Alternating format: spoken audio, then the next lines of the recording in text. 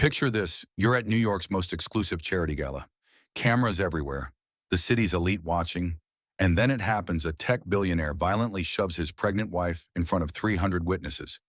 The video goes viral instantly, case closed, right wrong, because what looked like justice was actually the beginning of the most twisted game of psychological warfare you've ever heard. Within days, the victim becomes the villain. The pregnant wife is arrested on drug charges. Her best friend dies in a mysterious car accident. Everything she thought was real turns out to be a lie. But here's what her billionaire husband didn't know: she had allies he never saw coming, and a strength he never imagined. This is the story of how one woman's worst night became a powerful man's last mistake, how a small-town teacher took down a killer with his own arrogance, and how sometimes the people who seem most powerless are actually the most dangerous of all. Trust me, you need to hear this story. The marble floor of the Manhattan Grand Ballroom was unforgiving. Sarah Martinez Sterling felt the cold stone against her cheek as 300 of New York's elite stared down at her in stunned silence. Blood trickled from her split lip, and her 6-month pregnant belly ached from the impact. Above her, her husband Jonathan Sterling stood frozen, his hand still extended from the vicious shove that had sent her tumbling.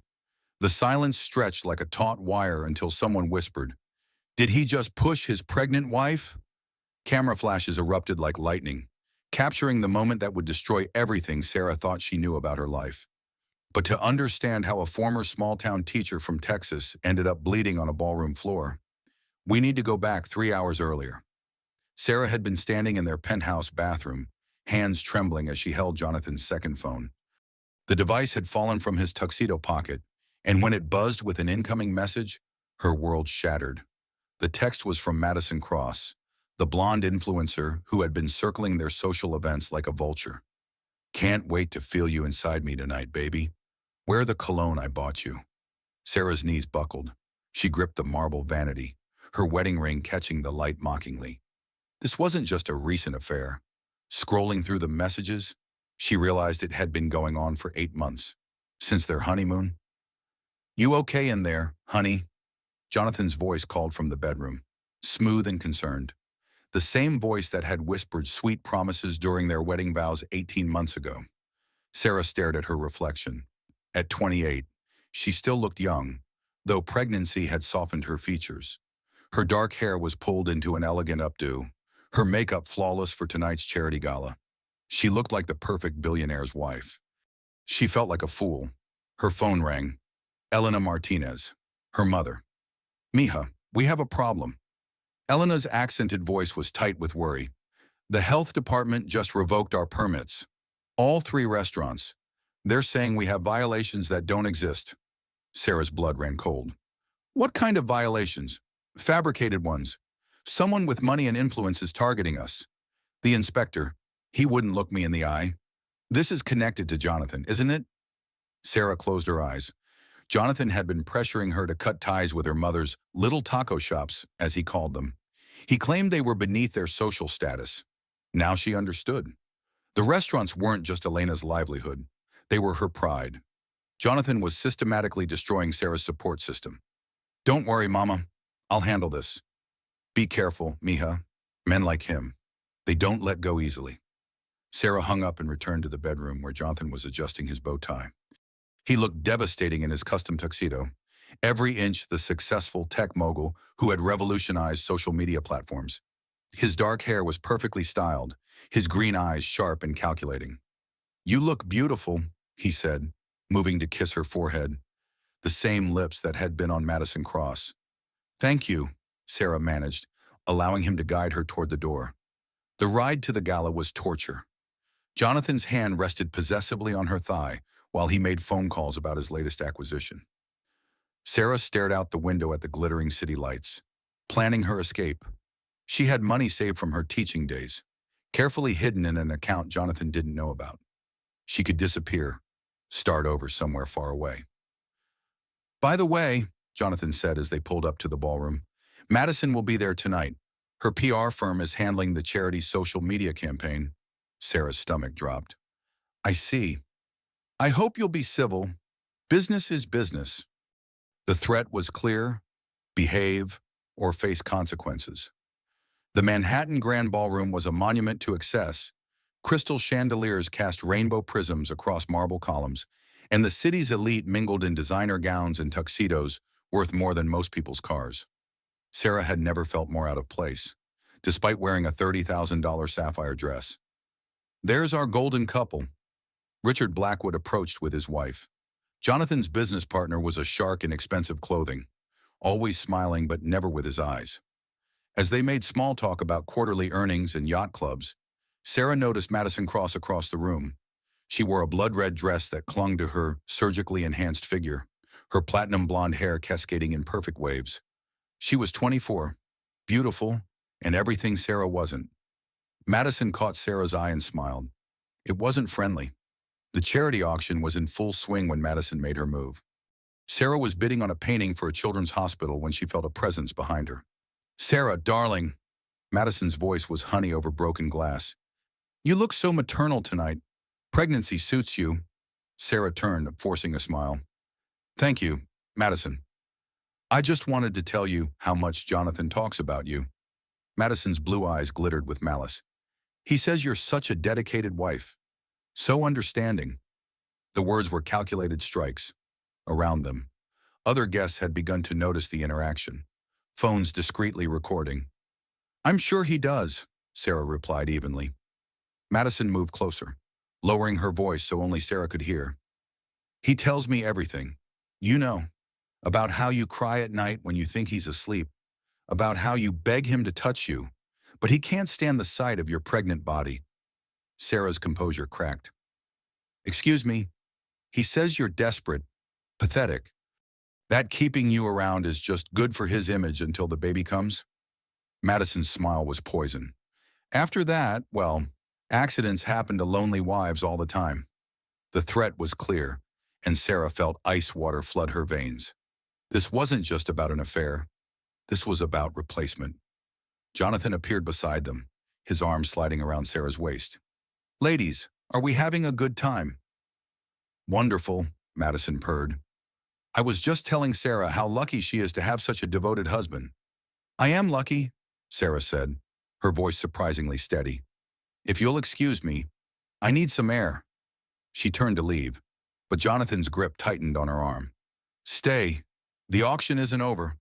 "I need to use the restroom," Sarah insisted, trying to pull away. "Sit down," Jonathan commanded, his voice low but sharp enough that nearby guests began to stare. Sarah had reached her breaking point.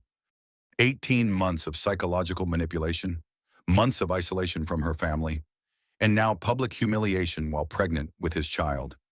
She pulled harder against his grip. "Let go of me, Jonathan." "Sarah." His voice carried a warning that made her blood freeze. Madison, sensing opportunity, moved closer. "Maybe she's feeling emotional. You know how pregnant women get hormonal." The condescending laugh that followed was Sarah's breaking point. She yanked her arm free and took a step backward. "Don't you dare touch me again." The ballroom had gone quiet around them. 300 guests watched as Jonathan Sterling's perfect marriage imploded in real time. Jonathan's face darkened with rage. "You're embarrassing us." "I'm embarrassing us." Sarah's voice rose. "Your mistress just threatened me, and I'm the embarrassment." Gasps rippled through the crowd. Someone whispered, "Did she just say mistress?" Jonathan lunged forward, intending to grab Sarah's arm and force her into compliance. But his fury made him clumsy. Instead of grasping her wrist, his palm connected with her shoulder in a violent shove. Sarah, off balance from her pregnancy and wearing heels, pinwheeled backward. Her hands grabbed desperately for something to break her fall, but found only air. She crashed down hard, her hip and shoulder taking the impact as her head snapped back against the marble. The silence that followed was deafening. Then chaos erupted. Women screamed. Men shouted. Camera flashes exploded like strobe lights, capturing every angle of Sarah's fall and Jonathan's stunned expression. Blood trickled from Sarah's split lip as she struggled to sit up, one hand instinctively protecting her belly.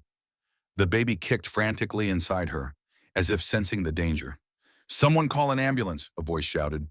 "Or "I'm fine," Sarah whispered, though she wasn't sure if that was true. Sharp pain radiated from her hip, and she felt dizzy. Jonathan knelt beside her, his face a mask of panic. Sarah, oh God, I'm sorry. It was an accident. You stumbled. But it was too late. 50 phones had captured the moment. The video would be viral within minutes, shared across every social media platform with devastating hashtags. Billionaire assaults pregnant wife. Domestic violence in real time. The man who built his fortune on social media platforms had just destroyed himself on those same platforms. Sarah looked up at her husband and saw not remorse, but calculation. He was already planning damage control, crafting the narrative that would paint her as hysterical and unstable. As paramedics arrived and helped her onto a stretcher, Sarah made a decision. She would not be Jonathan Sterling's victim. She would not disappear quietly into the night. She would fight back. The ambulance ride to Mount Sinai Hospital was a blur of sirens and medical questions. Sarah's vital signs were stable, but the paramedics insisted on monitoring the baby. As they wheeled her through the emergency department, she caught glimpses of news vans already gathering outside. Dr. Amanda Foster, the attending physician, was thorough and kind. After an hour of tests and monitoring, she delivered cautiously good news. "The baby appears to be fine," Dr. Foster said, studying the ultrasound. "Strong heartbeat, normal movement, but you've suffered a mild concussion, and we need to watch for any signs of internal bleeding." "Thank you," Sarah whispered, relief flooding through her. "Mrs. Sterling."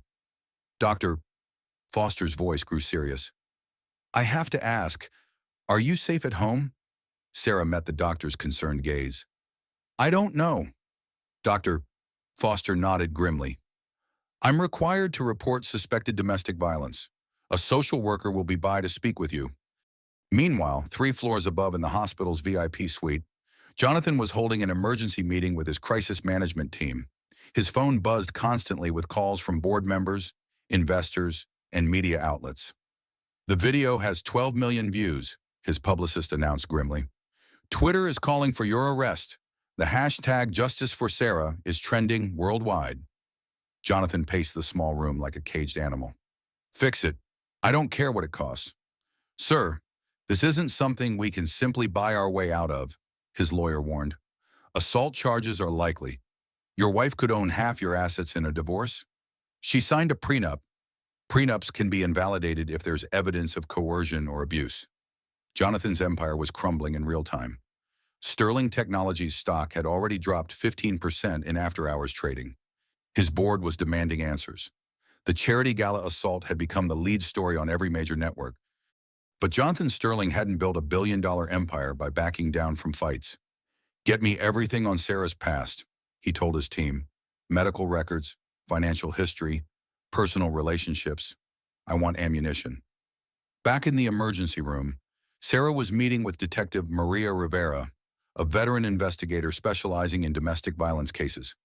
"I've seen the video," Detective Rivera said gently. "What happened tonight wasn't your fault." "He's never hit me before," Sarah said. "But the psychological abuse has been constant, isolating me from friends, controlling my access to money, threatening my mother's business." Detective Rivera took detailed notes. "Are you willing to press charges?" Sarah thought of the baby growing inside her, of the life she wanted to build away from Jonathan's toxicity. "Yes. I have to warn you, Mrs. Sterling, your husband has significant resources. This won't be easy." "I understand." What Sarah didn't understand was just how ruthless Jonathan could be when cornered. The next morning, Sarah woke in her hospital bed to find her best friend David Chen sitting in the visitor's chair. David was an investigative journalist for the Washington Post, and his expression was grim. "I came as soon as I heard," he said, squeezing her hand. "The whole world is talking about this." "I never wanted it to be public," Sarah said. "Sometimes the world needs to see the truth," David replied. "I've been digging into Jonathan's background. There are patterns. Sarah, his first wife died in a suspicious car accident 2 years before he met you." Sarah's blood chilled. "What are you saying?" "I'm saying Jonathan Sterling is more dangerous than we realized." As if summoned by their conversation, Jonathan appeared in the doorway. He looked haggard, his usually perfect appearance disheveled. "Sarah, thank God you're okay," he said, rushing to her bedside. "I've been worried sick." "Get out," Sarah said flatly. "Please, let me explain. I never meant to hurt you." It was the stress, the pressure. I'll get help. Go to therapy. Whatever you want. His performance was Oscar-worthy, complete with tears and trembling hands. But Sarah had learned to see through his manipulations. I said, get out! Jonathan's mask slipped for just a moment, revealing the cold calculation beneath. Then he noticed David and his expression hardened. I see you've been poisoning her against me, Jonathan said to David. I've been telling her the truth about you, David replied evenly. Be very careful. Mr. Chen, false accusations can be costly. The threat was clear, but David didn't flinch. So can felony assault charges. After Jonathan left, Sarah felt a mix of relief and terror. She was free from his immediate presence, but she knew this was just the beginning of a much larger war. That afternoon, her mother Elena arrived from Texas, her face etched with worry and fury. Mija, I saw the video, Elena said, embracing her daughter carefully. That man, he's un monstro. I'm pressing charges. Mama, I'm filing for divorce. Elena's eyes blazed with pride. Good. You are stronger than he thinks. But even as Sarah began planning her escape from Jonathan's web of control, she had no idea that her husband was already implementing a plan that would turn her victory into devastating defeat. The war for Sarah's freedom was just beginning. 3 days after the assault, Sarah was discharged from the hospital to a media circus. Photographers and reporters lined the street, shouting questions as hospital security escorted her to a waiting car. The viral video had made her the face of domestic violence awareness, but the attention felt overwhelming. She had moved into a small apartment in Brooklyn, far from the Manhattan penthouse she had shared with Jonathan. The space was modest but felt like freedom after months of living in Jonathan's gilded cage. Her lawyer, Patricia Wong, was optimistic about their case. The video evidence is damning, Patricia explained during their meeting. Combined with your medical records and testimony about the psychological abuse, we have a strong foundation for both criminal charges and a favorable divorce settlement. Sarah felt cautiously hopeful. For the first time in months, she could see a path forward that didn't involve Jonathan controlling every aspect of her life. That hope was shattered at 3 a.m. when her apartment door exploded inward. NYPD search warrant. Sarah jerked awake as armed officers flooded her bedroom, their flashlights blinding her. She struggled to sit up, confused and terrified. Sarah Martinez Sterling, you're under arrest for possession of controlled substances with intent to distribute, the lead officer announced. What? That's impossible. They found the drugs exactly where Jonathan's people had planted them during the staged burglary the night before.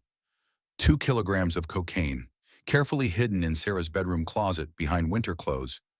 As the officers handcuffed her, Sarah's mind raced. This was Jonathan's counterstrike, perfectly timed and brutally effective. The arrest would be front-page news by morning, destroying her credibility and painting her as an unstable drug dealer who had fabricated abuse allegations. The perp walk was Jonathan's masterstroke. Photographers captured every angle as officers led a pregnant Sarah from her building in handcuffs. The images would dominate news cycles and social media, replacing sympathy with suspicion. At the police station, Detective Rivera looked genuinely troubled as she read Sarah her rights. I don't understand this, Rivera said privately.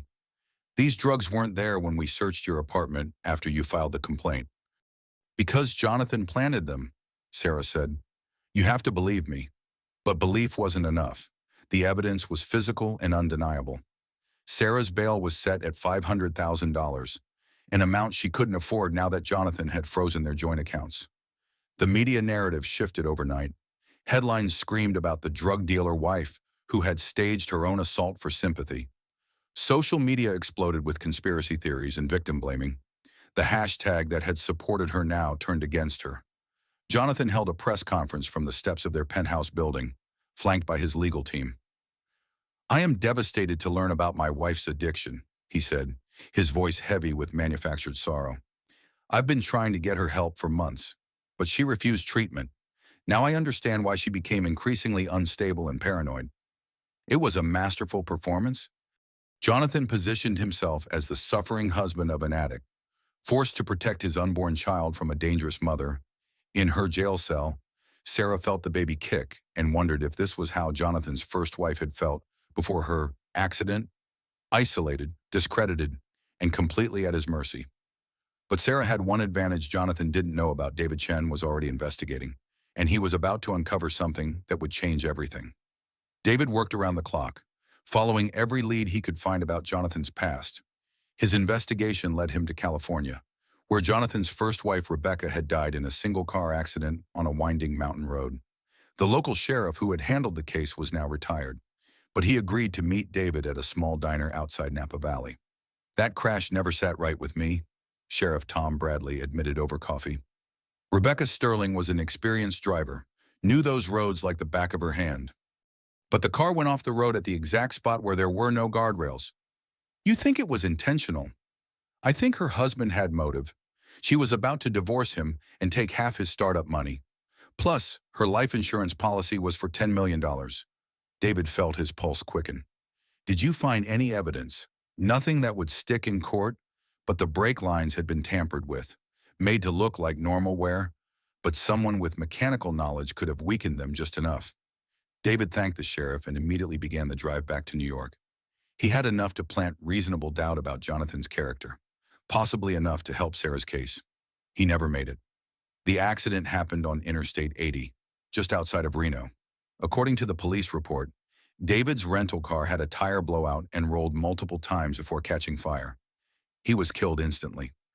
The news reached Sarah in her jail cell through a guard who mentioned seeing it on television. The words hit her like physical blows. David, her loyal friend who had been fighting to clear her name, was dead, but the worst was yet to come. 2 days later, Patricia Wong visited Sarah with devastating news.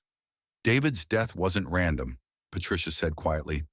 "Before he died, he transferred a significant sum of money into an offshore account. The FBI is investigating whether you two were partners in a drug distribution network." Sarah stared at her lawyer in shock. "That's impossible.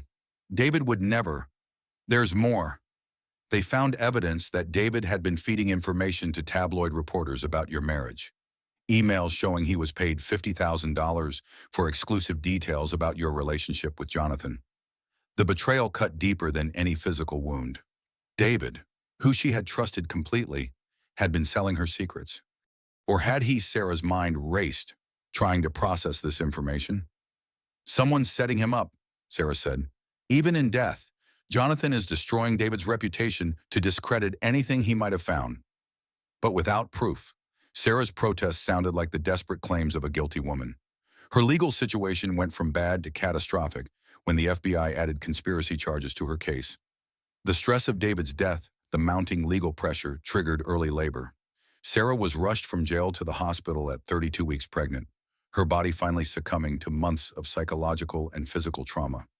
Baby Isabella was born weighing only 4 pounds, immediately whisked away to the neonatal intensive care unit. Sarah was allowed only a brief glimpse of her daughter before being returned to custody. Jonathan arrived at the hospital within hours, accompanied by his lawyer and a child services representative. "Due to Mrs. Sterling's incarceration and the danger she poses," his lawyer explained to the judge via video conference, "Mr. Sterling is requesting immediate emergency custody of the infant." Sarah watched helplessly from her hospital bed, still in handcuffs, as Jonathan was granted temporary custody of their daughter. He hadn't even looked at Sarah during the hearing, his attention focused entirely on the legal proceedings. "You can't take her from me," Sarah pleaded as they prepared to transfer Isabella to a different hospital. "I'm protecting our daughter from a drug-addicted criminal," Jonathan replied coldly. "You did this to yourself." As they wheeled Isabella's incubator past Sarah's bed, she caught a glimpse of her daughter's tiny face. The baby's eyes were closed, monitors tracking her fragile vital signs. "I love you, Isabella," Sarah whispered. "Mommy's going to find a way back to you." Jonathan leaned close to Sarah's ear, speaking so quietly that only she could hear. "You'll never see her again," he said, "just like Rebecca never saw her children again after her accident." The threat was clear. Jonathan had killed before, and he would kill again if necessary to protect his secrets and maintain control. Sarah realized she was completely alone. David was dead. Her mother was dealing with the destruction of her business, and her baby was in the hands of a murderer. But sometimes, when you've lost everything, you discover a strength you never knew you had. 2 weeks into Sarah's incarceration, She received an unexpected visitor. Madison Cross looked different without her usual glamorous styling, younger, more vulnerable, with dark circles under her eyes. "I know you hate me," Madison said, speaking through the prison phone. "But I had to come." Sarah studied the woman who had helped destroy her life. "What do you want to help you?" Madison's voice shook. "Jonathan is planning to kill you. Just like he killed David. Just like he killed his first wife." Sarah felt a chill. "Why should I believe you?" Madison pulled out her phone, showing Sarah a recording app. "Because I've been recording our conversations for months. I have evidence of everything." The recordings were damning. Jonathan's voice, clear and unfiltered, discussing how to eliminate threats to his empire. David's accident had been meticulously planned, down to the specific location where the tire blowout would be most deadly. "He told me he had to get rid of David because your friend was getting too close to the truth about Rebecca," Madison explained. "Jonathan rigged her car's brakes, made it look like an accident." "Why are you doing this?" Sarah asked. Madison's composure cracked. "Because I'm pregnant too, and yesterday, he told me that once you're dead, I'll need to disappear as well. He can't risk any loose ends." The alliance between Sarah and Madison was born of mutual desperation. Both women realized they were disposable pawns in Jonathan's game of power and control. Madison had been recording Jonathan for months, initially as insurance against him abandoning her. Now those recordings could save both their lives. "The problem is getting anyone to believe us," Madison explained. "Jonathan has people everywhere, police, judges, prosecutors, but there's someone who's been watching him for years." Detective Rivera had been investigating Jonathan Sterling long before Sarah's case. The similarities between Rebecca's death and the mounting evidence against Sarah had triggered her attention.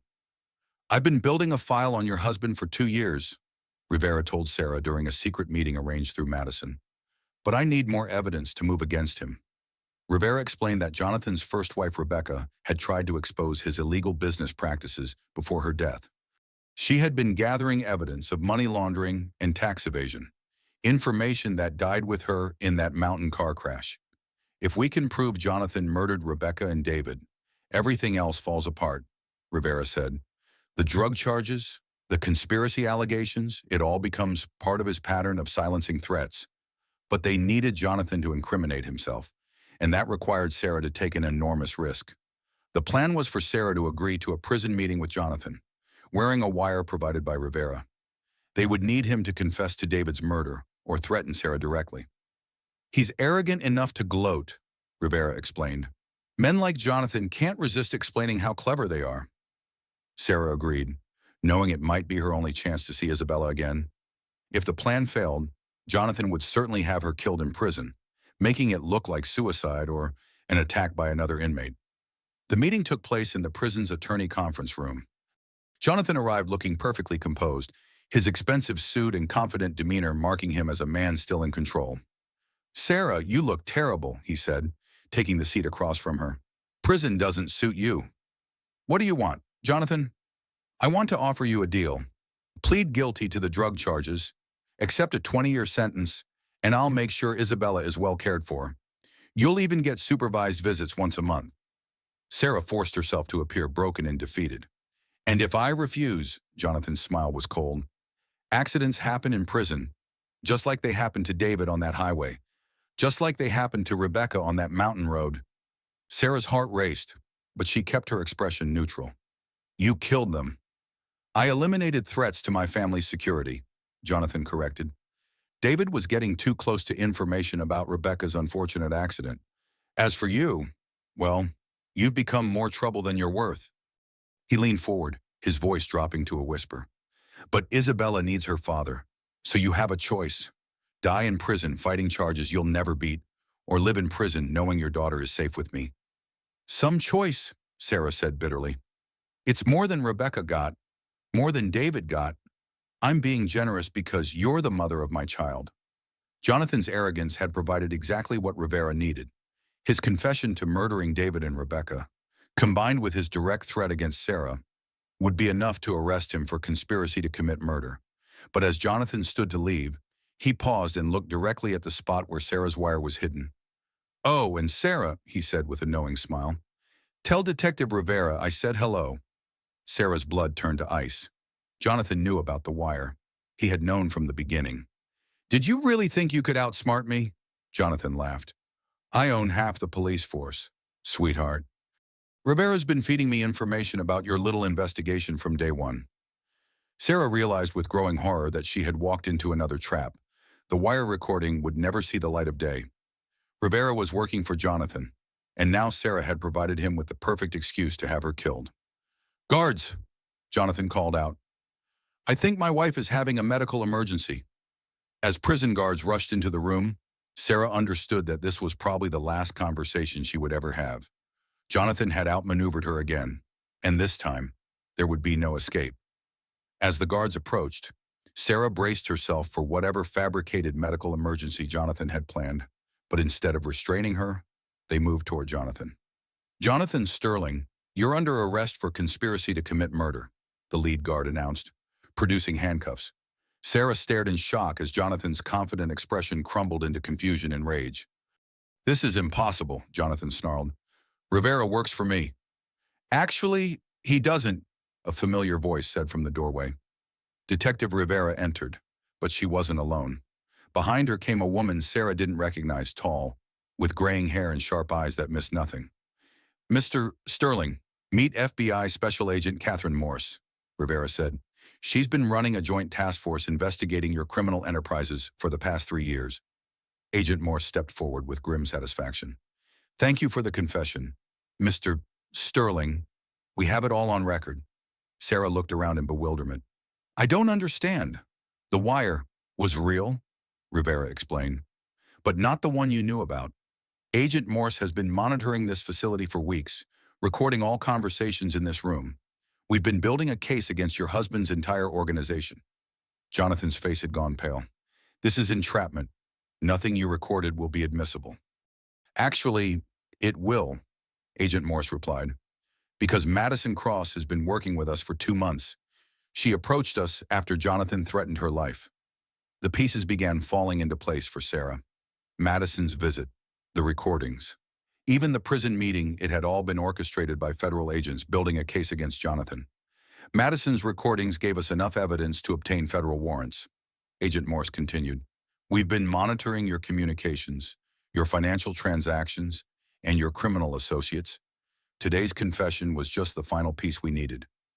As federal agents led Jonathan away in handcuffs, he turned back to Sarah with pure hatred in his eyes. This isn't over, he threatened. I have people everywhere. You'll never be safe. But his words rang hollow now. The man who had seemed all-powerful was just another criminal being processed by the justice system. Agent Morse sat down across from Sarah as the room cleared. The charges against you are being dropped, she said. The drugs were planted by Jonathan's people, just as you claimed. David Chen was murdered because he discovered evidence of Rebecca Sterling's death. We found the mechanic Jonathan paid to sabotage her car. Sarah felt overwhelmed by relief and grief. David was innocent. Completely. The evidence suggesting he betrayed you was fabricated after his death. Your friend died trying to save you. Tears flowed freely as Sarah absorbed the magnitude of Jonathan's manipulation. He had turned her against David, even in death, making her question one of the few people who had truly tried to help her. What happens to Isabella? Sarah asked. You'll have full custody as soon as the paperwork is processed, Agent Morse assured her. Jonathan's parental rights are being terminated due to his criminal convictions. Within hours, and Sarah was released from prison. The media circus that had condemned her now scrambled to report her vindication. The same news outlets that had called her a drug dealer now praised her courage in exposing a murderer. But Sarah wasn't thinking about vindication or public opinion. She was thinking about holding her daughter. Isabella had grown in the weeks since Sarah had last seen her. At 6 weeks old, she was still tiny but no longer fighting for every breath. When the nurses placed her in Sarah's arms, Isabella's eyes opened and seemed to focus on her mother's face. Hello, baby girl, Sarah whispered. Mommy's here. Mommy's never leaving you again. The reunion was captured by hospital photographers, but this time the images showed joy instead of trauma. Mother and daughter, finally safe and together. Madison visited them the next day, looking nervous but determined. I know I can never make up for what I did, Madison said quietly. "But I want you to know that helping bring down Jonathan was the first decent thing I've done in years." Sarah studied the younger woman, seeing past the artificial beauty to someone who had also been manipulated and used. "We were both his victims," Sarah said finally. "What matters is that you found the courage to do the right thing in the end." Madison nodded, tears in her eyes. "I'm leaving New York. Starting over somewhere. Jonathan's influence can't reach me." "Good luck," Sarah said, and meant it. As Madison left, Sarah reflected on how many lives Jonathan had damaged in his pursuit of power and control. But his reign of terror was finally over. The trial would come later. With its parade of witnesses and evidence, Jonathan would face justice for his crimes. But for now, Sarah was content to hold her daughter and plan their new life together. 6 months later, Sarah sat in the front row of a packed federal courtroom as Jonathan Sterling's trial reached its conclusion. The man who had once commanded boardrooms and social gatherings now sat at the defendant's table. Looking diminished in his prison jumpsuit, the prosecution had presented a devastating case. Madison's recordings, financial records showing payments to the mechanic who sabotaged Rebecca's car, phone records proving Jonathan had orchestrated David's murder. The evidence was overwhelming. "Ladies and gentlemen of the jury," the prosecutor began her closing argument. "Jonathan Sterling believed he was above the law. He believed his wealth and influence made him untouchable. Today, you have the power to prove him wrong." Sarah held Isabella close as the prosecutor detailed Jonathan's crimes. Her daughter was now 7 months old, healthy and curious about the world around her. Isabella would never remember the trauma of her early weeks, but she would grow up knowing that justice had been served. The defense attorney made a half-hearted attempt to suggest that Jonathan was the victim of a conspiracy by vindictive women, but the evidence was too strong, the pattern of behavior too clear. When the jury returned after only 3 hours of deliberation, Sarah knew what their verdict would be. "Guilty on all counts." The words echoed through the courtroom as Jonathan's empire finally crumbled completely. Guilty of first-degree murder in Rebecca's death. Guilty of conspiracy to commit murder in David's case. Guilty of assault, domestic violence, drug trafficking, and money laundering. Judge Martinez, a stern woman with no tolerance for wealthy defendants who believed they were above consequences, handed down the maximum sentence. "Mr. Sterling, you used your wealth and influence to destroy lives and silence those who threatened your carefully constructed image," the judge said. "You showed no mercy to your victims, and this court will show no mercy to you. I sentence you to life in prison without the possibility of parole." Jonathan's composure finally cracked. As bailiffs approached to lead him away, he turned towards Sarah with desperate fury. "This isn't justice," he screamed. "She's nothing, a small-town nobody who got lucky." Sarah met his gaze calmly, holding Isabella protectively. "I'm Isabella's mother," she said quietly. "That's everything." As Jonathan was dragged from the courtroom, still ranting about the unfairness of his fate, Sarah felt a weight lift from her shoulders. The nightmare was truly over. Outside the courthouse, reporters clamored for Sarah's statement. She had learned to handle media attention, using her platform to advocate for domestic violence survivors. "Today's verdict sends a clear message," Sarah told the cameras. "No one is above the law. No amount of money or influence can protect someone who chooses violence and murder over accountability." A reporter asked about her plans for the future. "Isabella and I are moving back to Texas," Sarah announced. "We're going to help my mother rebuild her restaurant business, and I'm starting a foundation to help other domestic violence survivors." The Sterling Foundation would become one of the most effective advocacy organizations in the country, helping thousands of women escape abusive relationships and rebuild their lives. But that evening, as Sarah packed their belongings in the apartment they would soon leave behind, she reflected on how much she had changed. The naive teacher who had married a charming billionaire was gone, replaced by a woman who understood the true nature of power and how to use it responsibly. Elena arrived to help with the packing, her face glowing with pride and relief. "Mija, your father would be so proud," Elena said, watching Isabella play with her toys. "You fought for your daughter like a lioness." "I had a good example," Sarah replied, hugging her mother. "You taught me that real strength comes from protecting the people you love." As they finished packing, Sarah found a letter that had been delivered that morning. The return address showed it was from a women's prison in California. The letter was from Rebecca Sterling's sister, who had been following the trial. Thank you for getting justice for Rebecca. The letter read, she tried to stop Jonathan, but no one believed her. You succeeded where she couldn't. My sister can finally rest in peace. Sarah felt tears in her eyes as she read about Rebecca's attempts to expose Jonathan's crimes. Like Sarah, Rebecca had been dismissed as a hysterical wife, but Rebecca's death had not been in vain. It had provided crucial evidence that helped convict her killer. That night, as Sarah nursed Isabella before bed, she thought about all the women who had suffered at Jonathan's hands. Rebecca, who had died trying to escape. Madison, who had been used and manipulated. The countless employees and business partners who had been threatened or destroyed. But she also thought about the women who had found their strength. Madison, who had risked everything to help bring Jonathan down. Detective Rivera, who had never stopped investigating. Agent Morse, who had built an airtight case. Elena, who had raised a daughter strong enough to fight back.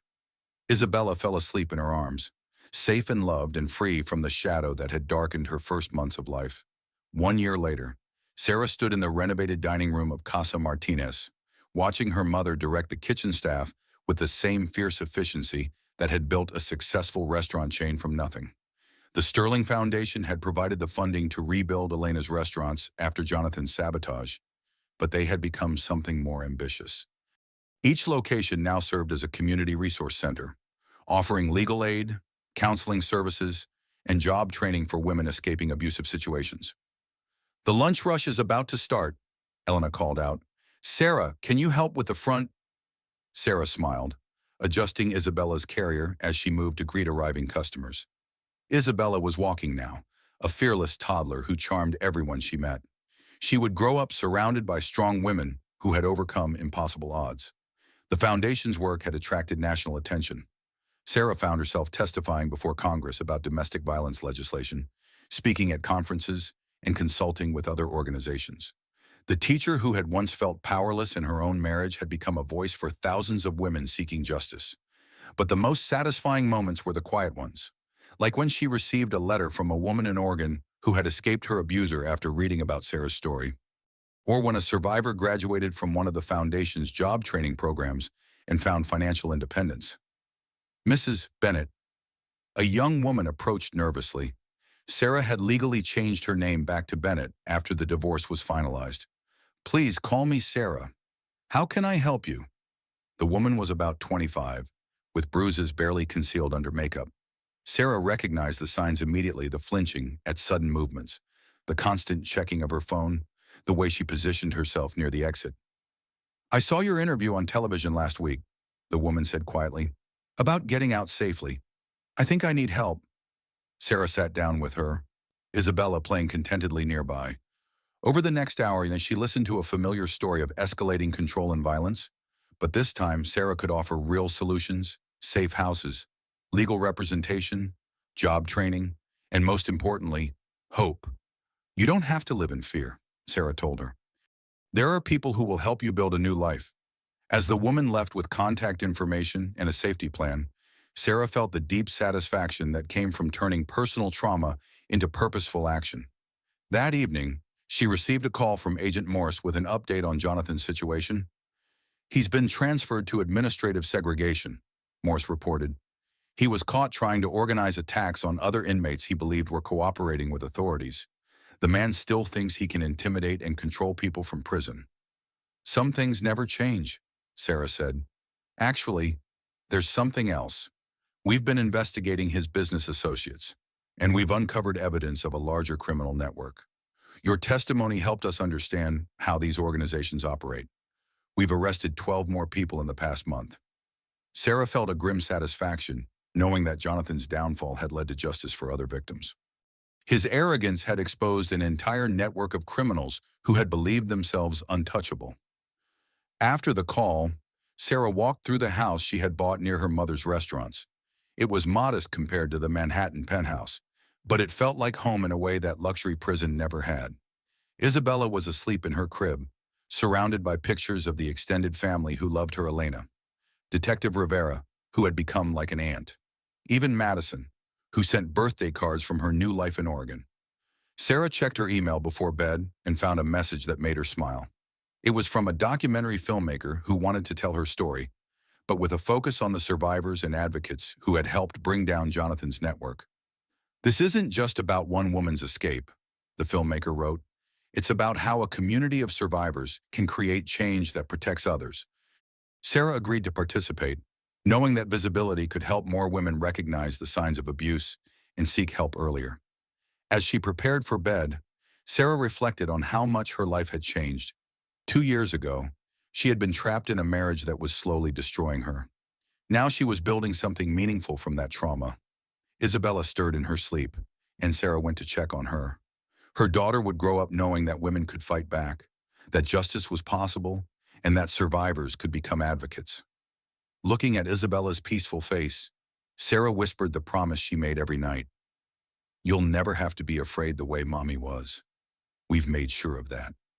5 years had passed since the night Jonathan Sterling shoved his pregnant wife at a charity gala, and Sarah Bennett had built a life beyond anything she had imagined possible during those dark months of abuse and manipulation. The Sterling Foundation now operated in 23 states, with a network of safe houses, legal aid clinics, and job training centers that had helped over 10,000 women escape abusive relationships. Sarah's story had become a touchstone for the domestic violence awareness movement, but she had ensured the focus remained on practical solutions rather than personal celebrity. Isabella, now 6 years old, was a bright, confident child who attended the small private school Sarah had helped establish near Casa Martinez. The school specialized in supporting children from traumatic backgrounds, offering therapy and enrichment programs alongside traditional academics. "Mama, why are all those people coming to see you today?" Isabella asked as they prepared breakfast in their comfortable home. Sarah smiled, tying her daughter's shoelaces. "Remember how we talked about helping other families who are scared today? Some very important people are coming to learn about our work so they can help families in other places." The delegation included members of Congress, officials from the Department of Justice, and advocates from across the country. They were visiting to see how the Sterling Foundation's integrated approach to domestic violence intervention could be replicated nationally. Elena, now 70 and still formidable despite her age, had prepared a traditional Mexican lunch for the visitors. Her restaurants had become models for how businesses could support survivors while remaining profitable. "These politicians, they talk too much and do too little," Elena muttered as she checked the preparation. "But your foundation shows them results they cannot ignore." During the presentation, Sarah shared statistics that demonstrated the foundation's impact and 87% success rate in helping women permanently escape abusive situations, with only a 3% rate of returning to their abusers. The integrated support system of legal aid, counseling, job training, and safe housing had proven remarkably effective. But the most powerful moment came when Maria Santos, a program graduate, shared her story. 2 years ago, I was living in my car with my 3 children because my husband had drained our bank accounts and threatened to kill me if I tried to leave," Maria said. "The Sterling Foundation didn't just give me a safe place to stay, they helped me get my GED, learn computer skills, and start my own bookkeeping business. Now I employ 4 other women, all survivors like me." The congressional representative from Texas, a woman who had initially been skeptical of federal funding for domestic violence programs, was visibly moved. "This isn't charity," the representative said. "This is economic development. You're turning trauma into productive citizens and taxpayers." After the delegation left, Sarah found a quiet moment to visit David Chen's memorial garden behind the main restaurant. She had established the space in honor of her friend, filled with his favorite flowers and a simple plaque reading, "David Chen, truth teller and loyal friend." "We got justice for you," she said quietly, as she did whenever she visited. "And we're making sure other people get the truth when they need it most." A text message interrupted her reflection. It was from Madison Cross, now Madison Thompson, who had married a kind rancher in Oregon and started a family of her own. "Saw the news coverage of your congressional presentation. So proud of what you've built. Hope Isabella is doing well. My little boy asks about his Aunt Sarah all the time." Sarah smiled. Madison had become an unexpected friend, someone who understood the particular trauma of being manipulated by Jonathan Sterling. Her redemption arc had been genuine and hard-won. That evening, as Sarah tucked Isabella into bed, Her daughter asked the question that had been coming more frequently. Mama, will you tell me about my daddy sometime? Sarah had been preparing for this conversation, consulting with child psychologists about how to explain difficult truths in age-appropriate ways. Your daddy made some very bad choices that hurt people, Sarah said carefully. He's in prison now, where he can't hurt anyone else. But you know what? You have so many people who love you. Abuela Elena, Aunt Maria, Detective Rivera, and me most of all. Even will I ever meet him? That's something we can talk about when you're older and can understand more about why adults sometimes do harmful things. Right now, your job is just to be a kid and know that you're safe and loved. Isabella seemed satisfied with this answer, already distracted by the book Sarah was reading to her. Later that night, Sarah received a call from Agent Morse with news that brought their story full circle. Jonathan Sterling died in prison today, Morse reported. Natural causes heart attack. The warden said he'd been increasingly agitated lately, obsessing over news coverage of your foundation's success. Sarah felt a complex mix of emotions. Relief that Isabella would never have to worry about her father trying to contact her. Sadness for the waste of a life that could have been lived differently. But mostly, a sense of closure. Thank you for letting me know, Sarah said. There's something else. He never stopped trying to hurt you, even from prison. We intercepted several letters he'd written to various criminal contacts, asking them to teach you a lesson. He was a dangerous man until the very end. After the call, Sarah stepped onto her back porch and looked up at the Texas stars. Jonathan Sterling's story was finally over. But the movement he had inadvertently created through his cruelty would continue long after his death. The next morning brought news that the congressional delegation had agreed to fund a national expansion of the Sterling Foundation model. Over the next 5 years, they would help establish similar programs in all 50 states.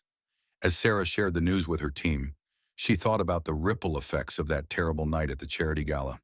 Jonathan's moment of public violence had exposed him to justice, but it had also created a movement that would protect countless other women. Isabella ran up to her with a drawing she had made in school, a picture of their house surrounded by all the people who loved them. This is our family, Isabella explained proudly. Looking at the drawing, Sarah saw Elena in her kitchen, Detective Rivera in her police uniform, Madison and her family in Oregon, Maria and the other program graduates, and dozens of other faces representing the community they had built. Jonathan Sterling had tried to isolate and control one woman. Instead, he had created a network of survivors and advocates who would spend their lives ensuring that other women never faced their trauma alone. Yes, baby, Sarah said, hugging her daughter close. This is our family, and it's still growing.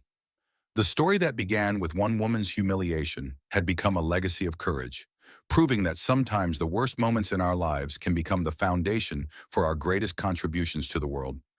In the end, Jonathan Sterling's true legacy wasn't the empire he built or the fear he inspired. It was the strength he inadvertently revealed in the women he tried to break, and the movement they created to ensure that no one else would suffer as they had. Justice had been served, but more importantly, hope had been multiplied across thousands of lives.